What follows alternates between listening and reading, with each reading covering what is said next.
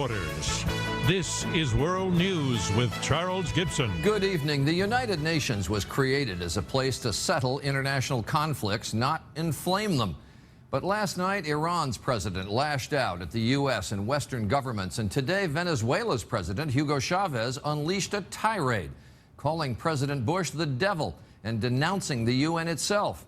It was a belligerent, audacious attack, and in the General Assembly, he was applauded for it.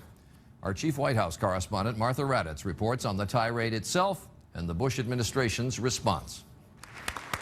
Hugo Chavez has never made a secret of his disdain for the U.S., but today that disdain was a shout heard round the world, and Chavez took direct aim at President Bush, calling him a devil. And the devil came here yesterday.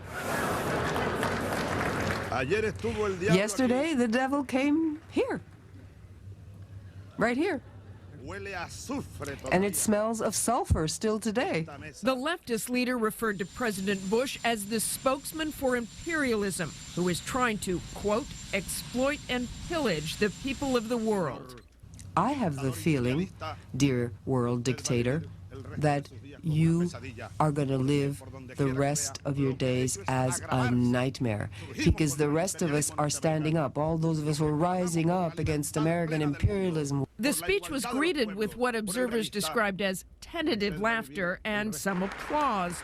The U.S. ambassador, however, was not amused. We're not going to address that sort of comic strip approach to international affairs. And as I say, the real issue here is he knows he can exercise freedom of speech on that podium, and as I say, he could exercise it in Central Park too, but given the same freedom to the people of Venezuela. Chavez has significant resources behind him. His country is the fifth largest exporter of oil.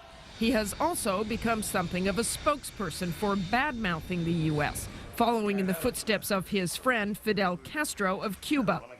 In fact, Castro may have been Chavez's role model for his UN appearance. It was 46 years ago that Castro stood before the UN and called then presidential candidate John Kennedy, quote, an illiterate and ignorant millionaire. Chavez did make one reference to his country's oil wealth today, a threat maybe. He said if the U.S. invaded Iran or Venezuela, oil would go up to $200. He said any conflict that may appear would raise the price even more, Charlie.